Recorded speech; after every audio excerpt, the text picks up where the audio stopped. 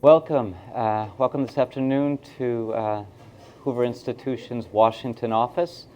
I'm Peter Berkowitz, a fellow here, and the Hoover Institution is delighted that Michael Mandelbaum has agreed to join us this afternoon and discuss his provocative new book, which is called Mission Failure: America and the World in the Post-Cold War Era. I'm going to make a brief introduction and then ask Michael a few questions, and then open the floor to questions from you all. We'll go to about 6:45. So, first with the introduction. Michael Mandelbaum is the Christian A. Herter Professor of American Foreign Policy at the Johns Hopkins University School of Advanced International Studies, SAIS. Michael has also taught at Harvard and Columbia and the United States Naval Academy. He's a prolific author of serious and accessible books on foreign policy, national security, the international political and economic order. He's even written a book about sports, about watching sports and what we see when we watch sports. Michael was an undergraduate at Yale, Marshall Scholar at King's College, Cambridge, got his PhD at Harvard. He was a senior fellow for 17 years in the Council on Foreign Relations. In short, Michael is a distinguished product of the foreign policy establishment. Why am I belaboring this? Because Michael's new book couldn't be better calculated, notwithstanding the sobriety and the equanimity and the rigor with which he argues. It could not be better calculated to outrage, to scandalize the foreign policy establishment. How so? Well, everybody knows that the Obama administration foreign policy differs, and differs dramatically, from the foreign policy of the Bush administration. And everybody knows that the Clinton administration foreign policy differed from both. And Michael, I think it's fair to say, is aware of those differences. However, he discerns an underlying continuity in the foreign policies of these three post-Cold War presidents, whereas all previous foreign policy was dominated by a focus on other countries' external behavior.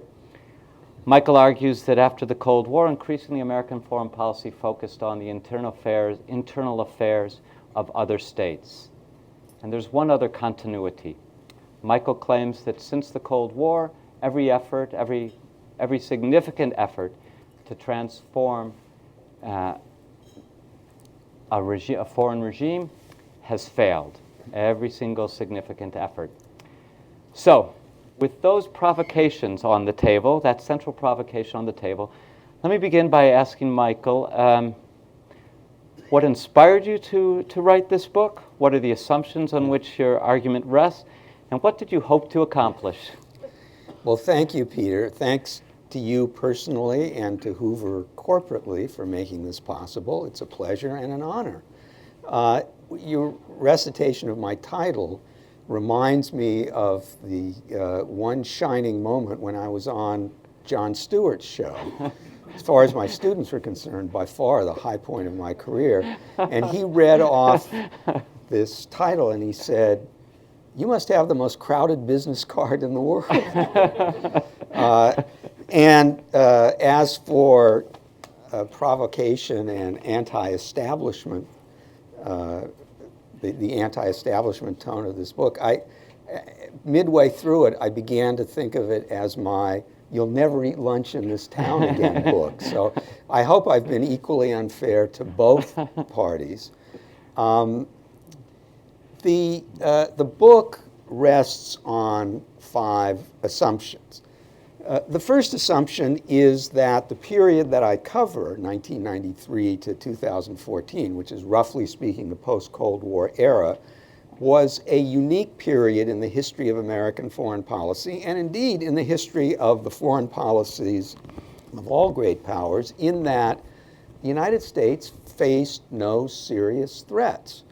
And that meant that this country had an unusually wide range of choice in carrying out its foreign policy. The second premise is that what it chose to do is what is misleadingly called nation building. What the United States did was really two closely related tasks.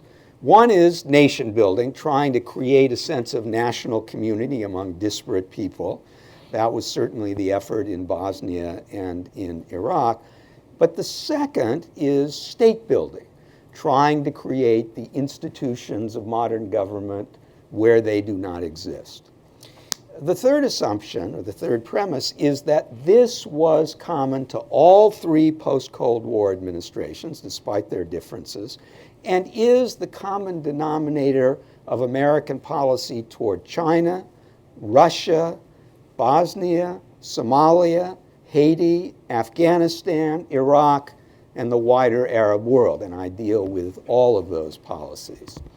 The United States didn't necessarily start out with the idea of state building or nation building in all of these, but that's where it ended up.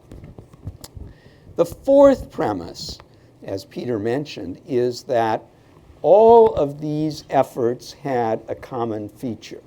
They all failed. And they failed basically for the same reason. That reason being that neither the United States nor any country, no matter how powerful, and the United States is certainly powerful, has the means to create a sense of national community and or modern governmental institutions where they don't exist. That has to be done by the people themselves. So in all of these cases, the United States led the horse to water but could not make it drink. The fifth and final premise is that the period when missions of transformation, which is what I call them, dominated American foreign policy is now at an end. That period was characterized by the absence of serious threats, and the United States now does face serious threats, not as serious perhaps as during the Cold War, but certainly more serious than during the post-Cold War era. China is mounting a maritime challenge in the Western Pacific. Russia has resumed its nasty national habit of invading neighboring countries. And the nuclear weapons programs of North Korea and Iran are reaching the point at which they will pose threats not just to American interests, but to the United States itself. So I believe that this period of American foreign policy is not only distinctive, but is over. And it's over not only, and maybe not even mainly, because the United States failed in every case, but because there are now more important things for the United States to do beyond its borders. Thanks. So an alternative title for your book might have been Mission Impossible. In fact, you use the phrase a couple times in the book. And you argue that the failures that you document, 92 to 2014, not a result of bad intentions, could not have been otherwise with greater efforts. Wasn't possible, unachievable. And yet, how would you respond to critics who would say to you, what about Germany? What about Japan after World War II? Good point, and I do, as you know, take up that comparison in the book and explain why the German and Japanese models don't work. The differences are more important than the similarities. First, these were coherent, cohesive nations. People in Japan think of themselves as Japanese. People in Germany think of themselves as Germans. People in Iraq do not think of themselves as Iraqis. They think of themselves as Sunnis, Shia, or Kurds. Second, the United States wasn't starting from scratch in these two countries. They had experiences not only with modern government, but brief experiences with democracy. But they had functional, in fact, very powerful modern governmental institutions. That's why they were able to become so powerful militarily. Third, the United States was able to remain in these countries for decades and thereby provide a kind of safeguard against a relapse to authoritarianism because the American mission transformed from occupation to protection. The United States was there not to sit on Germany and Japan, but to protect them from the Soviet Union, and therefore the presence was legitimate and welcomed. And contrary to Mr. Trump, these countries have paid for that presence. It's also not, I think, irrelevant that Germany and Japan were thoroughly smashed in World War II. They were destroyed, and their pre-existing forms of government were discredited because they had brought ruin. That is not true in the places where the United States took up nation building. So for those 4 reasons, I think the German and Japanese precedents simply don't apply, although it does seem to be the case that some American officials thought that they were relevant. And yet, despite the difference in the situation, by November 2003, President Bush was arguing that we have a vital interest in promoting freedom and democracy abroad. This is what he said on the anniversary, the 20th anniversary of the National Endowment for Democracy. A famous statement he said, 60 years of Western nations excusing and accommodating the lack of freedom in the Middle East did nothing to make us safe, because in the long run, stability cannot be purchased at the expense of liberty. How do you reply to the Bush Doctrine? I would reply as follows. For most of the post-war period, the United States did pretty well in the Middle East. We managed to secure our interests, which are to prevent a single power from dominating the region, as Egypt tried to do in the 1950s. Iraq tried under Saddam, and I believe Iran is trying now.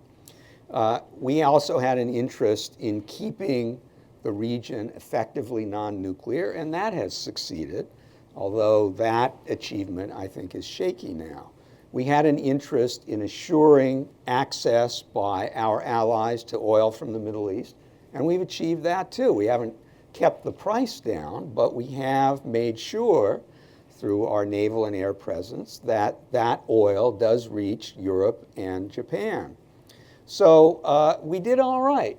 We did not convert the Middle East to democracy, and there's no doubt that we and they would be better off if the countries there were democracy. We should always prefer the real democracies, which includes not just popular sovereignty, but liberty, to any other form of government, but we don't have the capacity to foster it, and we never did. Lots of countries became democratic in the last quarter of the 20th century, but it wasn't because of the direct efforts of the United States. The American example did help to make democracy attractive, but it was attractive in no small part because other countries adopted it. Germany had a greater impact on Eastern Europe, and Japan had a greater impact on East Asia, I believe, than the United States did. So I believe that the president was right in saying that democracy is desirable and serves American interests. I think he was wrong to say that the United States cannot preserve its basic interests with undemocratic countries. And I think he was sadly mistaken in thinking, as was translated into his democracy initiative for the Middle East, that the United States has the capacity and the power to foster democracy directly. If I remember correctly, toward the end of the book, you observed sardonically that Bush was right in one important respect, and his critics, the Arab autocrats, were right in one important respect.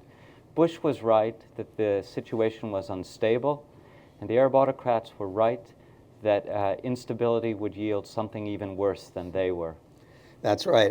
The Democracy Initiative began a private argument between the administration and the friendly autocrats in Egypt and Saudi Arabia and the Gulf states, in which the Americans argued, this isn't sustainable, you can't go on this way. And the Arab Spring proved the American side right. And the Arab autocrats said, well, maybe not, but what you get if we fall is going to be worse. and the coming to power of the Muslim Brotherhood in Egypt proved that they were right as well. So both sides were right, but the region is not better off, and we're not better off. While we're in the Middle East, it turns out the longest chapter in your book deals with the Middle East, and the longest part of that chapter deals with the so-called peace process, the effort to achieve peace between Israel and the Palestinians, Israel and the Arab world. And you have a vivid description of what the peace process is like. Allow me to read from page 251 of Mission Failure. Michael writes, "The conduct of the peace process resembled the medieval custom of treating a variety of diseases by placing leeches on the body of the affected person. It was based on an inadequate understanding of the pathology it was attempting to cure. It did not solve the problem it was intended to fix, and it sometimes made the problem worse." So, what was the pathology? Why did it fail? How is the peace process, which has been going on now 3 decades or more, how has it made things worse? Well, the peace process began with Henry Kissinger's shuttle diplomacy after the 1973 war. And in that case, and the shuttle diplomacy succeeded with Egypt after Kissinger left office with the Camp David Accords of 1978, the 3 premises on which the peace process has been based were true. Those premises are: this is vitally important for the United States, both parties want a deal, and there is a formula available for the deal, land for peace, as embedded in the 1967 UN Resolution 242. That was true for Egypt. It was not true for Syria, and it was not true for the Palestinians. And by the time we reach the 21st century, it seems to me self-evidently untrue. I think one can excuse the Clinton administration, at least for the first 3 or 4 years, for pounding hard on the peace process, because there was the Oslo Agreement. Arafat hadn't revealed unmistakably who and what he was. And the Labor prime ministers, first Yitzhak Rabin and then Ehud Barak, wanted this. So although it was a mistake, it was an excusable mistake. But by the time you get to the Bush administration and the Obama administrations, it seems to me absolutely clear that the Palestinians are not interested in a deal. Everything they say and do makes that clear. Their basic approach to the world, the core of their ideology, is anti-Zionism, and they're never going to agree to something that accepts Israel as a legitimate and permanent presence in the Middle East. Nor, after the end of the Cold War, and after Egypt was taken out of the conflict, was that really a major American interest. It would be nice to get a deal, but it certainly wasn't a major American interest even in the Middle East. So the perplexing question is, why did successive American administrations fix on it? And I think the answer is partly psychological. Presidents and secretaries of state, not unnaturally, wish to erect monuments to themselves. And it looks as if bringing peace between Arabs and Israelis is the way to go. They are also in the grip of this ideology based on these 3 premises, which don't stand up to the facts, but which are convenient and comforting for American policymakers to believe. And it's very difficult for Americans to believe that the Palestinians don't want what we think they want. But they don't, or at least there's no evidence that they do. Why is it so difficult for us to believe that? Because the American ideology, as expressed by President Bush, is that all peoples are ultimately basically the same and they want the same things. And it's regarded as ethnocentric, bordering on racism, to say anything else. Nobody could say in 2003, or at least nobody in policy circles can say, yeah, it would be good if Iraq had a democracy, but they can't do it. They're not ready for it. Just as nobody could say Well, what's happening in the Balkans is terrible, but you know, it's really not our business. It's terrible that bad things are happening, but bad things do happen, and it's not the responsibility of the United States to fix every problem in the world. That would have been regarded as unfeeling and turning our backs on genocide. Now, I think that these precepts of the American foreign policy establishment are weaker now than they used to be, but I don't think they've gone away, and in a way they do us credit. It's one of the things that has made the United States the most acceptable hegemon, perhaps, in all of history. I don't know how the people who were part of the Roman Empire really felt, but I read the Mary Beard book, and it seems that they appreciated what they got. Well, a lot of countries appreciate the role of the United States in the world. I wrote a different book about that, although they never thank us for it. And one of the reasons is because of this naive view of the world. To address your final question, why is this harmful? Well, it's harmful, I think, and I write in the book, because the Arabs in general and the Palestinians in particular have had three strategies for destroying Israel. The first strategy was assault and conquest, and that was shattered by the '67 war. The second was guerrilla activity and terrorism, and that's of course still going on, but I think that really reached its zenith and has declined since the Second Intifada, since the Israelis and Sharon effectively squelched that. So they now have a third strategy, and that strategy is delegitimation. Portraying Israel as a racist, apartheid, colonialist power, hoping that this will undermine its global legitimacy and will ultimately weaken it to the point that it will go away. That's, of course, not going to work either, not least because the charge isn't true, but the Palestinians cling to it. And every time somebody joins the BDS movement, they are, I believe, encouraged. And the way the peace process has been conducted, I believe, encourages them, because the peace process, the failure of the peace process, is invariably blamed on the Israelis, most explicitly by this administration, although it's false. The Israelis have always been willing to compromise. The Palestinians have never been. And the evidence for that is that the Israelis have agreed to compromises. The Palestinians have rejected them and never made a counteroffer. This is just not what their goal is. So I think that the peace process has indirectly and inadvertently perpetuated this kind of anti-Israeli strategy. And if the United States were to tell the truth about the peace process, if the American president were to be candid about it, that would help to cut off this avenue that the Palestinians are presently following. However, I have to qualify that in two ways. That wouldn't change their mind. We don't have the power to make them want to live in peace with the Israelis. Only they can change their own minds, and I don't see any sign of that. I hope it'll happen someday, but I don't expect to see it.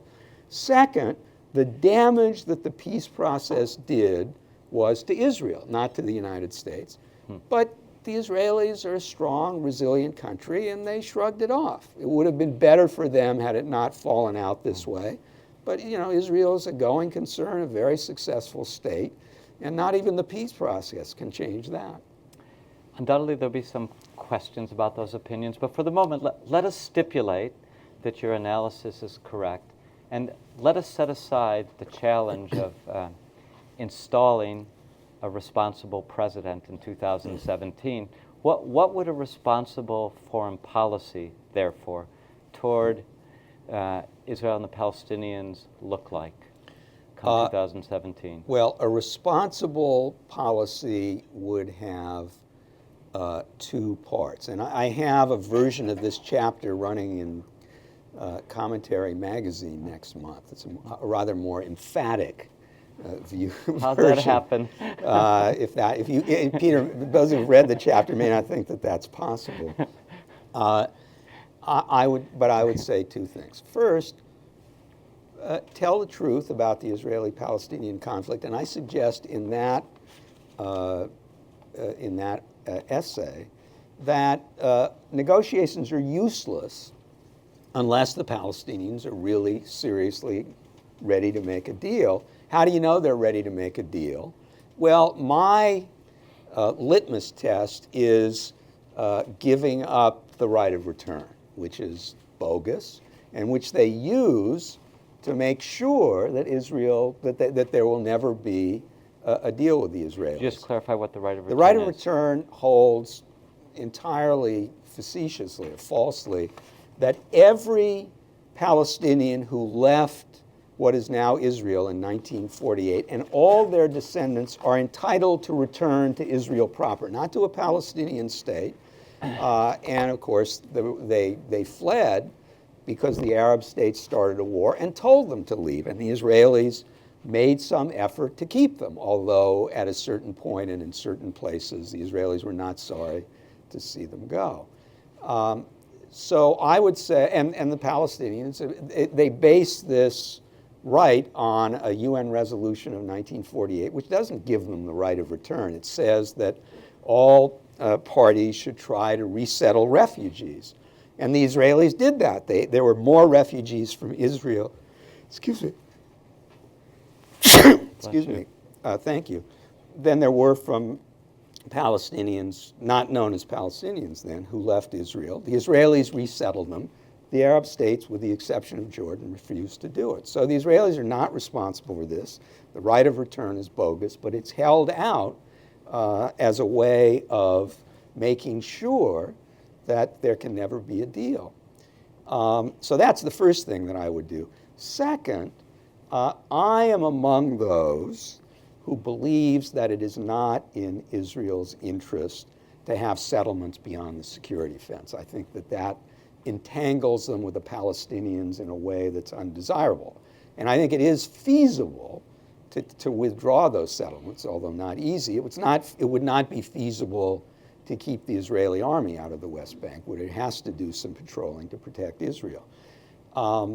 So I think that would be a good idea. I don't think it's for the United States to try to impose that on Israel, but if the Israelis reach an internal consensus, then the American president should work with the Israeli government to make that possible, as the Bush administration worked with Ariel Sharon to make the withdrawal from Gaza possible. This would be a very heavy lift politically in Israel, but it might come about. It might. Two more questions from me. One concerning the final words of your book, and then one concerning the first words of your book. You write in the last sentence, teen one up for my colleague Todd Lindbergh. The expansion of NATO would have a claim to being, in historical perspective, the most consequential American foreign policy of the post-Cold War years.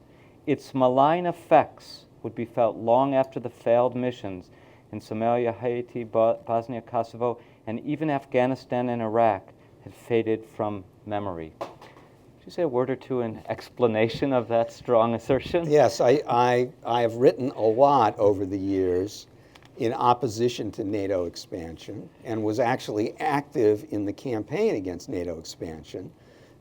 We lost because we didn't have any troops. NATO expansion passed because there was a discernible, politically influential group that wanted it, namely people whose heritage is in Central Europe. And there was nobody politically significant who was against it.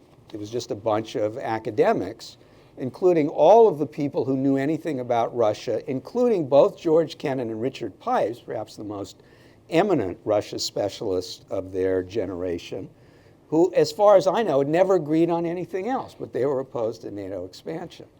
And I do cover NATO expansion in the first chapter and then in the last. Briefly put, I believe NATO expansion had no beneficial effects, but it had the malign effect of alienating the Russians, both the political establishment and the public itself, which had been very pro-American until that point. So we threw away Russia for no benefit at all, and despite the fact that American and Western statesmen had promised, although not in writing, Russian leaders that NATO would not be expanded. And despite the fact that the Russians, including Russian Democrats, were strongly against this. So we had the effect of undercutting Russian Democrats. And there were a series of other events that served to alienate Russia from the West, including the wars in the Balkans. And that paved the way for the conditions in which Russia invaded Ukraine. There's no way of proving this, but I believe that if the United States had expended the effort that was required, and it would have been an effort to integrate Russia into the Western security system, that Russian foreign policy would have taken a different course and a more benign course. I do not argue that without NATO expansion, Russia would be a democracy. I think the failure of democracy in Russia has to do with the Russian political tradition, which is entirely authoritarian. It has to do with the energy resources, because as we know, petrostates like Russia tend not to be democracies. And it also has to do with the accident of Vladimir Putin being the designated successor, and he was one in a series of several, to Boris Yeltsin. It is perfectly conceivable that somebody else and somebody entirely different could have been chosen. It could have been Boris Nemtsov, and he would have charted an entirely different course. Whether successfully or not, I don't know. But I do think that NATO expansion was the original sin in alienating Russia from the West. And Russia is, although not in the dimensions of the Soviet Union, it is a great power. And because of its size, because of its location, because of its nuclear weapons, it can make a lot of trouble. And I fear we've just seen the beginning, and I believe, although I certainly can't prove it, that that trouble could have been avoided. I'm not going to follow up on that question because I think others will. So I want to end with your beginning. 3 epigraphs to introduce this book. The first one is from Reinhold Niebuhr, The Irony of American History. Niebuhr wrote, "We do not think of ourselves, Americans, as the potential masters, but as tutors of mankind in its pilgrimage to perfection." Second quotation is from the novelist Anthony Powell, Temporary Kings. Of course, he remains essentially American in believing all questions have answers, that there is an ideal life against which everyday life can be measured. And third, from the authoritative public intellectual, Steve Martin, "You Americans are so naive." Now, elsewhere in the book, you say that all of these mission failures about which you write and the financial collapse of 2008 have something in common. In a word, ignorance. Naivete, profound naivete, and ignorance. Is the answer education, or is there an answer? I should say that the Steve Martin line is from a routine that he did a number of times on Saturday Night Live with Dan Aykroyd when they played the 2 swinging brothers from Czechoslovakia. And I had a different quote that I was going to use for the 3rd epigraph. It's a Roman saying, and I don't remember exactly what it is in Latin, but the translation is, "Without culture, the laws are useless." And that's really the point. I thought, that's a little hoity-toity. I'll go with Steve Martin. I want to sell a few books. What is the answer? Well, there's that old saying that a fool learns from experience and a wise person learns from other people's experience. But I trust that this experience has made an impact, although it wears off after a while, just as mistakes in the financial system wear off. There's a crisis, and then a new generation comes up to operate the financial system, which hasn't experienced the meltdown. And when things get dicey and people are saying, "Whoa, beware, remember what happened back in whenever," there are 4 words that they always use in rebuttal. This time it's different. But of course, it isn't. I don't worry about America plunging into nation building anytime soon, because I think that that's politically out of bounds. But I must say that one of the critiques that I've received about this book is from a number of knowledgeable people who say, you may be right that we cannot do nation building, but we're going to do it again. We're going to get drawn into these places inevitably by another 9/11.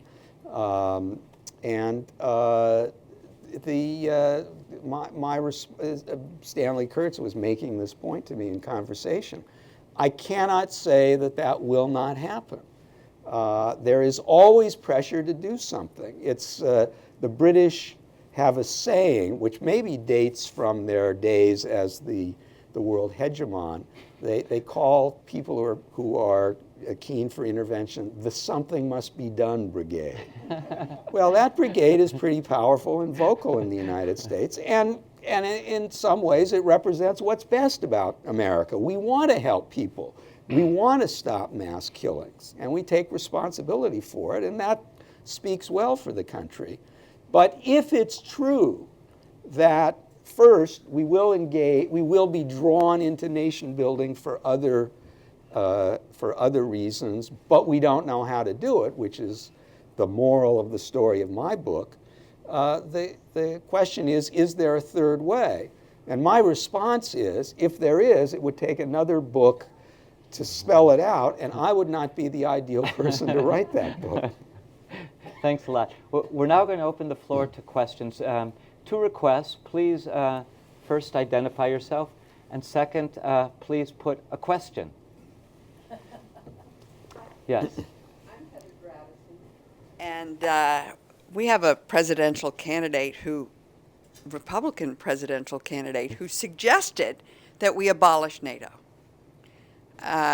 I presume you heard that suggestion along the way, and I'd be curious as to your thoughts about that. Well, my impression of that candidate is that, especially on foreign policy, his most distinctive characteristic is ignorance. He hasn't done the reading. I once observed of Mikhail Gorbachev that he was a remarkable combination of ignorance, arrogance, and decency, and that what happened from 1989 to from 1989 to 1991 would not have happened without that combination, or without a system in which the man at the top can do a great deal. Trump, I think, does have the first two characteristics. I haven't seen much of the third. Gorbachev's ignorance was about the market economy. It was also about Eastern Europe. He genuinely believed that his reforms would make the Eastern Europeans wish to be part of his new Soviet Commonwealth. And of course, he couldn't have been more wrong. And my observation was that Gorbachev knew less about Eastern Europe, for which he was responsible, than any student who'd taken an introductory course in an American university on the subject. Trump hasn't taken any courses, hasn't paid much attention. He also says that he's against non-proliferation, although retreating from America's alliances. And there are serious people, such as at the Cato Institute, who are in favor of this. That is a recipe for proliferation. Now, if you're not worried about proliferation, if you just want to save money and bring the troops home, that makes sense. But you can't be for dissolving NATO and resisting nuclear proliferation at the same time. I do have to say one thing in this particular individual's favor. I heard him once say of American foreign policy after the last 2 decades, we spent trillions and trillions of dollars and got nothing for it. Well, that is Trumpian exaggeration. We didn't spend trillions and trillions of dollars, but we spent tens of billions of dollars. And in the transformational missions that I describe and analyze in the book, we really don't have all that much to show for it. Todd? Todd Lindbergh. So if we've got a kind of original sin of NATO enlargement in the post-Cold War world, and we've got consistent policies of nation building pursued under 3 different presidents in this period, and the failure has been comprehensive. And we must have done ourselves immense damage. We must suffer terrible consequences for this. Mustn't we have? And if not, why not? Well, that's a very good point. I think the damage, I mean, there was serious damage. We wasted a lot of money. Several thousand American troops were killed. But it turns out that although by some estimates, the combination of the Iraq and the Afghan wars will be the most expensive in American history because of the pensions and the medical cares over time, they were not economically ruinous. That is, the United States suffered a terrible economic setback in 2008, but that didn't have anything to do with the war. The percentage of GDP that the United States spent on those two wars was considerably less than the percentage of GDP spent on Vietnam, because we have a much larger economy, and had more troops in Vietnam. The damage, there was real damage. I think it was minimal because the United States is a very strong and resilient country, and because these places weren't very important in the end. So that's why I say at the end of the book, the potentially greatest damage is from Russia, because Russia is a serious country in a way that Afghanistan and Iraq and Bosnia and Somalia are not. Peter mentioned to me at the beginning of one of the sections of the conclusion, I quote, when I first started writing books, I said that I would always include a reference to the Marx Brothers in baseball. I don't have a reference to the Marx Brothers, but I do have a reference to P.G. Wodehouse, and I do have a reference to Woody Allen. I quote his line at the end of Annie Hall, his soliloquy, when he says that his philosophy of life is captured by the joke about the two women in the restaurant. One of them says, "The food here is terrible." And the other says, "Yes, and the portions are so small." That captures my view of American foreign policy in the period I cover, in that the American policies were not successful, but the damage was minimal because we weren't dealing with major problems.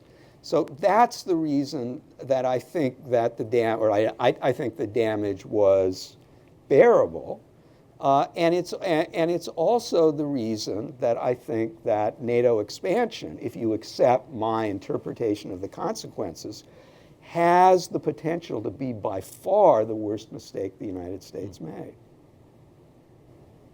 Yes, please. Margaret Warner from the PBS NewsHour. All right, Michael, let's say a Democrat's elected and you are selected to be the National Security Advisor. What would your advice be, given this history you lay out, of what to do about Syria? Let's say meanwhile, Kerry's cobbled something together. So there's some, it's not really a political resolution, but an end to most of the brutality and fighting. But then what? Do we just walk away and say, well, now they can sort it out? Well, that's in some ways an unfair question, because you heard me talk about this at noon, and you heard me say there is no good solution. I didn't remember that. Okay, well, but it's a fair question. It is a fair question. If I were appointed National Security Advisor, I would echo some version of what William F. Buckley said when he was running for mayor of New York in 1965, and he was asked what he would do if he won, and he said, "Demand a recount." I once thought that the ideal government job would be vice president, because you don't have any responsibilities, and you get a nice house, which is closer to where I work than where we live. So. But National Security Advisor sounds too taxing. I would say what I either say or imply in the last chapter. The United States faces three serious threats.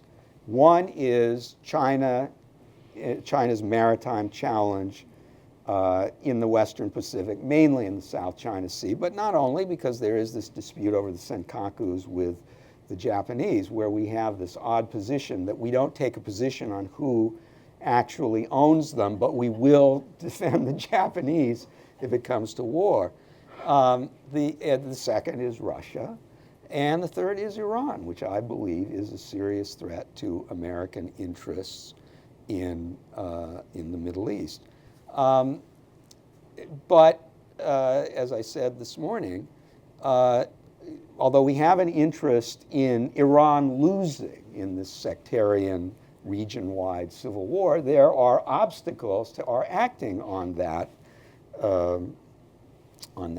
problem. One is the free rider problem. Our Sunni allies are not going to put troops in the ground. A second is that the military arm of the Sunnis against Iran is ISIS, and we're not, for political reasons, going to support ISIS.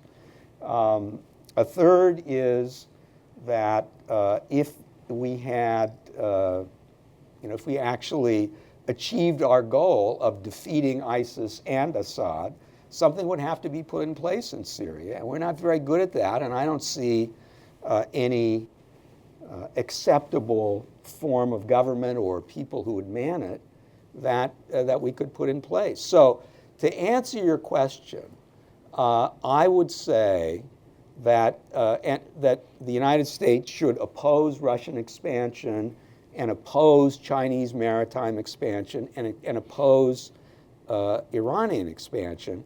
And I will take the easy out by saying how you do that is a matter of tactics. And you have to look at the situation. You have to see what's possible.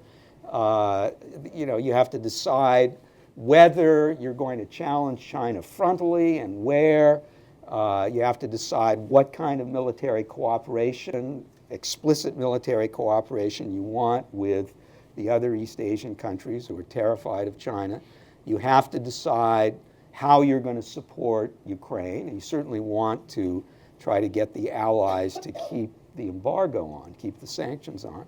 And with Iran, you have to, I think, and this I wrote in Foreign Affairs, you have to be very, very tough on the nuclear issue, and my recommendation was to adopt a version of Cold War deterrence and proclaim publicly, if Iran moves toward nuclear weapons, we will bomb their nuclear facilities, which of course begs the question of how we'll know. But I don't have any clear, good, easy answers. I do have a definition of American interests. I don't have a clear, easy, simple answer to how you defend those interests. Please. Given the past 7+ years of the Obama administration, how do you feel? Oh, by the way, I'm Ed Lasky. And I'm wondering, Michael, if you could give us your thoughts about the possibility that when President Obama becomes a lame duck after the November elections, he'll refuse to exercise a U.S. veto in the Security Council when somebody introduces a resolution to declare Palestine a state. I think Barack Obama would love to go down in history as the father of a nation, just as Harry Truman has that reputation from 1948.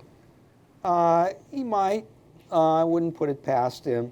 But I was reading, I don't know if you get the, what's it called, the Daily Alert. And some Israeli official was asked about that, and he said, yeah, he might do it. The United States might not veto, but it wouldn't make any material difference. So I'll take their word for it. It's not going to make much difference, although it will encourage the Palestinians to persist in this unfortunate and doomed, I trust, course of action. But Obama's done some damage, although it is also pointed out, and I have no reason to think this is not true, done damage to the Israeli-American strategic partnership, but he's been very good on military-to-military cooperation and intelligence sharing. So at the working level, the Obama administration has been pretty good. At least I gather that that's what the relevant Israelis think. One of the odd things about Obama, maybe it's not odd, but I don't think he's been very good at the job. He's, whatever you think of his policies, and he was very, I don't want to use the word unqualified, but he was the least prepared person to be president in my lifetime. It's an executive job. He had no executive experience. And you saw that in the rollout of Obamacare. It was a fiasco. With somebody who'd been a governor would at least understand how these things work. He was a person who had spent his entire life in deep blue America. So he had no feeling for Republicans. I don't think he took, I think he at some level thought Republicans didn't really mean what they said. That everybody basically believes what he believes, because he never had to deal seriously with Republicans, and so he was unprepared for Republicans. Not to say that he would have changed his mind, but if you're president in the United States, there are two real parties here, and the opposition party takes its views seriously, and you don't have to accept them, but you do have to find a way to come to terms with them if you want to get anything done. And third, the presidency is a Washington job. Obama had spent 15 minutes in Washington. He began running for president almost as soon as he got to the Senate, and so he didn't, he certainly left his mark, and I think he did. So presidents are known for their major decisions, and I think he got a few of them right. So I'm not totally against the Obama presidency, but he wasn't good, it seems to me, at the actual job. Please. Daniel Korn. Can the world today function without a world hegemon? And if it's not the U.S., who is going to do that?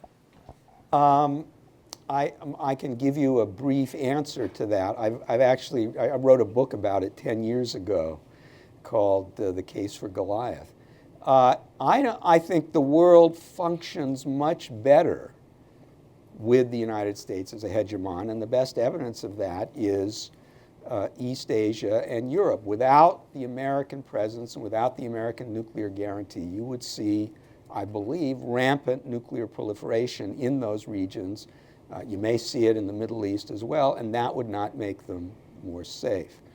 And I do not think that there is at present, nor will be for some time, a substitute for the United States. China is certainly rising, it's certainly becoming more powerful, but it doesn't have the experience, the inclination, or the power to play the role that the United States plays, and if it did play that role, it wouldn't play it in the same way. So my answer to your general question is no.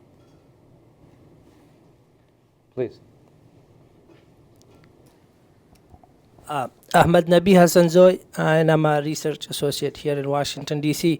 My question is that in your research, did you find that there were previous U.S. president or U.S.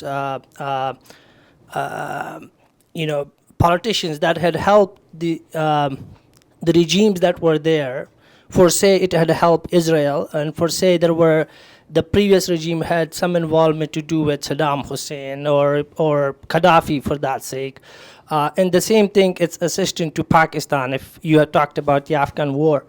And mentioned earlier that President Bush kind of felt this need for a moral war, that we have the obligation to do our job, to be, to bring these people to freedom and liberty.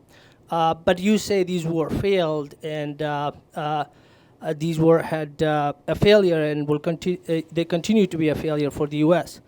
So my question is that did you ever find that was the factor to say that we had supported these people and we have a moral obligation to now get rid of these people and free the people from them?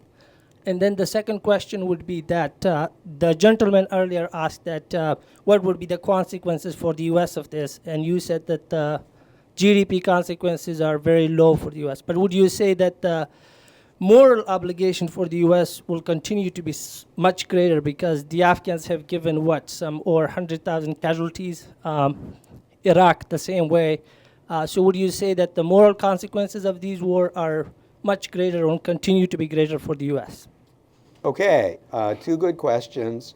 The United States most certainly did support unsavory regimes in the Middle East and did support Pakistan during the periods of military dictatorship, and did so for reasons of national interest and managed to protect those interests by virtue of this support. American policy in the Middle East was on the whole successful up through 2003. These were examples of what were known in the Cold War as friendly tyrants, and they weren't confined to the Middle East or West Asia. The United States supported authoritarian, undemocratic regimes in Latin America, in East Asia, because they were anti-Soviet and anti-communism. And that's the logic of war. You take your allies where you can find them. You don't subject them to rigorous inspection. And the United States was at war during the Cold War. So that was the reason for the support for these countries. When the Cold War ended, the American support for friendly tyrants ended almost everywhere except the Middle East. But there, American strategic interests seemed to dictate support for the Mubarak dictatorship and support for the Saudi royal family. The Saudi royal family because they guaranteed the flow of oil. Mubarak because he was pro-American and cooperated with the United States in a variety of ways. Pakistan is an interesting case. Pakistan was once a friendly tyrant, but the Pakistanis and the United States always had different interests. The Pakistanis wanted American support to deal with their chief interest, which was opposing India. The United States was never anti-Indian. And then, during the Afghan war, although the Pakistanis were supportive to the extent of allowing the transshipment of American materials through Pakistan to Afghanistan, they were also the source of America's biggest problem. They funded and gave shelter to the insurgents. And American officials knew this. And in fact, I think it was Admiral, what was his name? The guy who was chief of staff, Mike something, Mullen, once explicitly said they are a problem. But this is the American government calculated that it was worth having decent relations with Pakistan and to keep paying them in order to get access to Afghanistan through Pakistan, despite the fact that Afghanistan was working against American interests there. That is the nature of foreign policy. You don't get good choices. You only have bad ones, and you make the least worst one. Now, as for your second question, does the United States have a continuing moral obligation to Afghanistan and Iraq? Well, you could make that argument, and that argument is embodied in what Secretary Powell said about Iraq once the government was overthrown. He quoted the Pottery Barn motto: "You break it, you own it." He felt we did have a responsibility. On the other hand, there are two counter-arguments. One is the United States stayed for a long time in Iraq and took some casualties and spent some money as well, and wasn't able to produce the outcome it desired. And it's still in Afghanistan after 15 years. So you could argue, and I would argue, that the obligation of the United States was to give the people of these countries a chance to produce something more decent. But ultimately, it was up to them. And if, after a protracted American stay, they were not able to produce what Americans wanted, and surely many of the people in these countries wanted, well, you can't really blame the United States. It was the people themselves who did not manage to do it. It's not in the book, but Tom Friedman wrote a column about this book, and he quoted a line that I used to encapsulate this thesis, and that is, it was up to them, and they were not up to it. Please, sir. Dick Beats. Michael, I have not yet had an opportunity to read your book, and thus my question is lamentably general in nature. But were you surprised by the failure that you cite in each of the missions that you write about? That's a very good question. I was certainly not someone who saw this ahead of time, who warned against it. I was not prescient, and I wasn't particularly for the Iraq War, but I wasn't against it either. I was writing a lot in those days about current issues in American foreign policy, and I didn't write a pro-war column, but I didn't write an anti-war column either. I was, as historians tend to be, wise after the fact.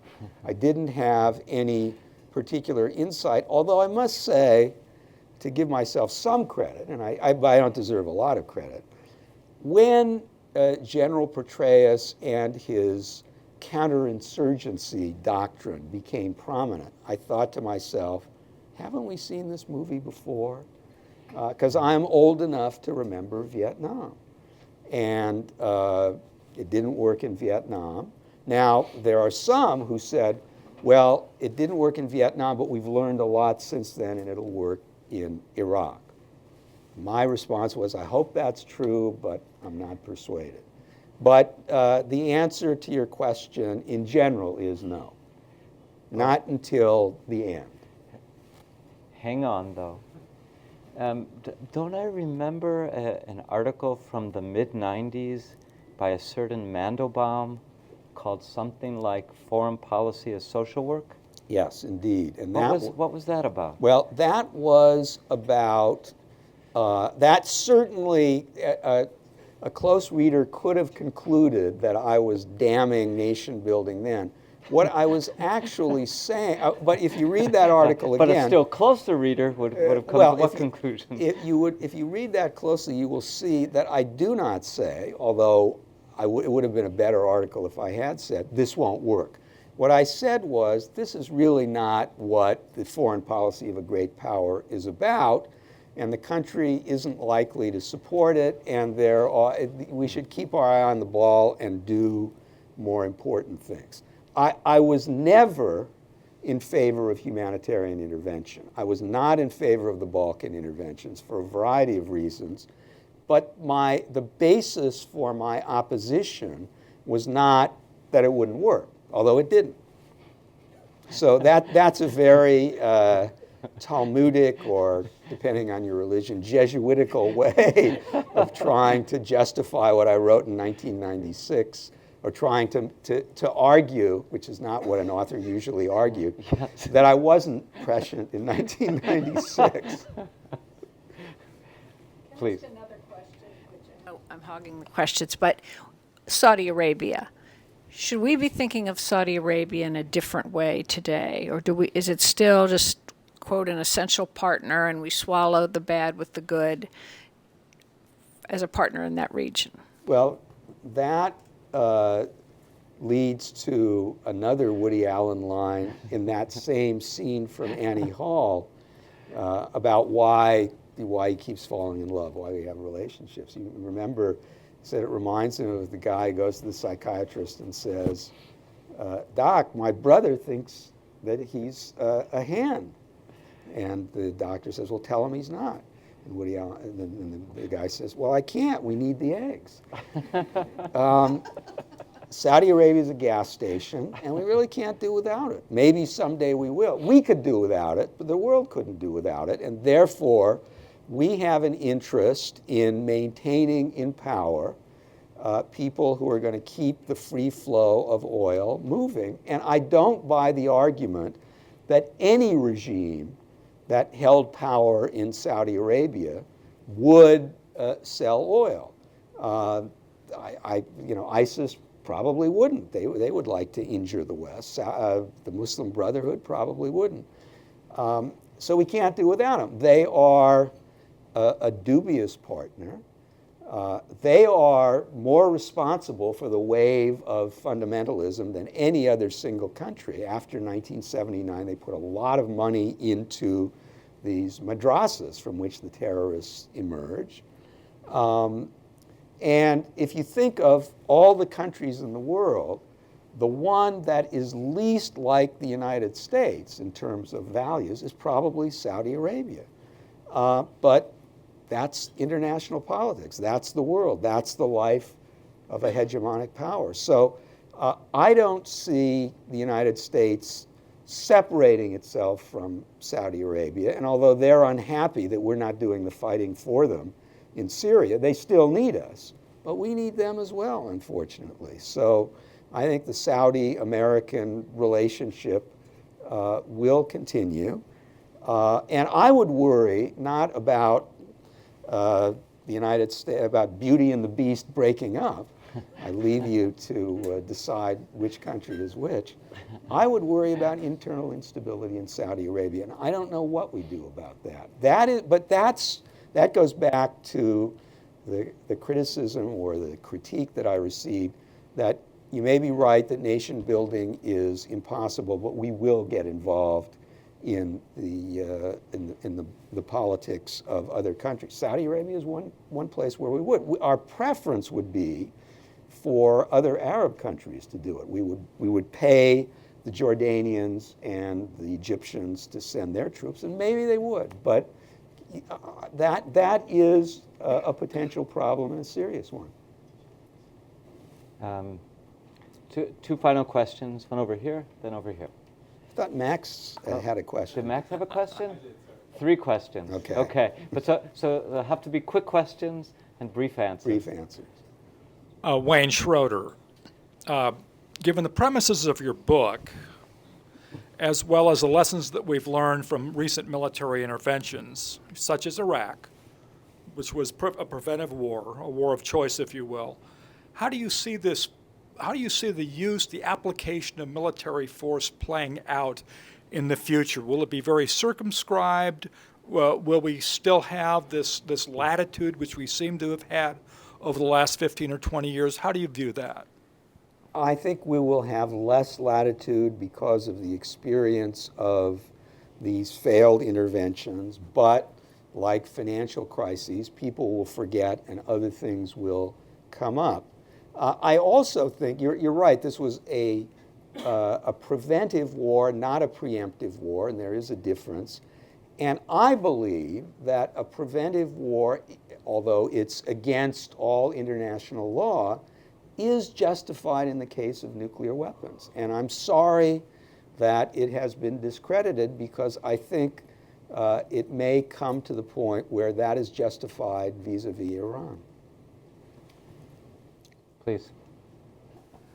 Phil McGovern. A few minutes ago, you said that we spent a lot of time in Iraq and we're still in Afghanistan. And of course, we've been back in Iraq for about a year and a half now. Well, that's true. And that's right. so I'm just curious about your perspective about a military campaign, and not only in Iraq but also in Syria. It's really one unified military campaign. Well, the United States has, we learned, 5,000 troops on the ground, or maybe more, fighting ISIS. ISIS is not our principal problem there, although degrading and destroying ISIS would certainly be a good thing. Somebody who has been there recently told me that ISIS could be destroyed with the firepower that's available now. I don't know whether that's true, but that there is hesitation because nobody knows what to put in its place. And that's particularly a problem in Iraq because presumably the Sunnis in the ISIS-dominated area, although they might well like to be rid of ISIS, would not accept Shia governance from Baghdad. And I don't know what the answer to that question is.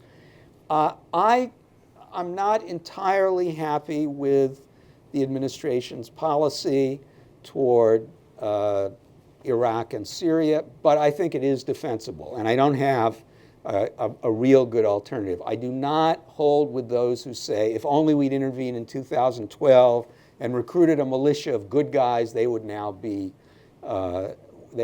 controlling Syria. It really is a problem without any good answers. At least I don't have any. Max, please. Thank you, Professor. Following the Jeffrey Goldberg article in The Atlantic, much has been written about American credibility and the supposed loss thereof following the president's retreat from the chemical weapons red line. I was wondering whether you thought this was as consequential as the critics say, or whether this represented a rare moment of clear-headedness in our foreign policy. Well, 2 answers. I gave this answer this morning. Credibility doesn't matter when you have no serious threats. So what? Now we do have serious threats, and therefore it does matter. And one other feature of this president was that he spent his entire political career, and really almost his entire adult life, in a world in which there were no serious security threats. And my sense is, I hope I'm not being unfair to him, that he's really not prepared by temperament and experience to deal with the kind of world that we now face. So my term for him is the man who stayed too long. That is not a view universally held, of course. As for that statement, that was a rookie mistake, but the president was not a rookie anymore. So it was, you get a certain leeway when you first enter the Oval Office. Bill Clinton, in his first interview before he took office, as it happens with Tom Friedman, said that he thought Saddam Hussein was redeemable. You know, in the early months, that's okay. By the time he made that statement, he should have known better. So as you can see, Michael is a provocateur of a special sort, one who draws his weapons from reasoned argument and wide learning and social and historical and cultural knowledge. Thank you very much for being with us. Thank you all.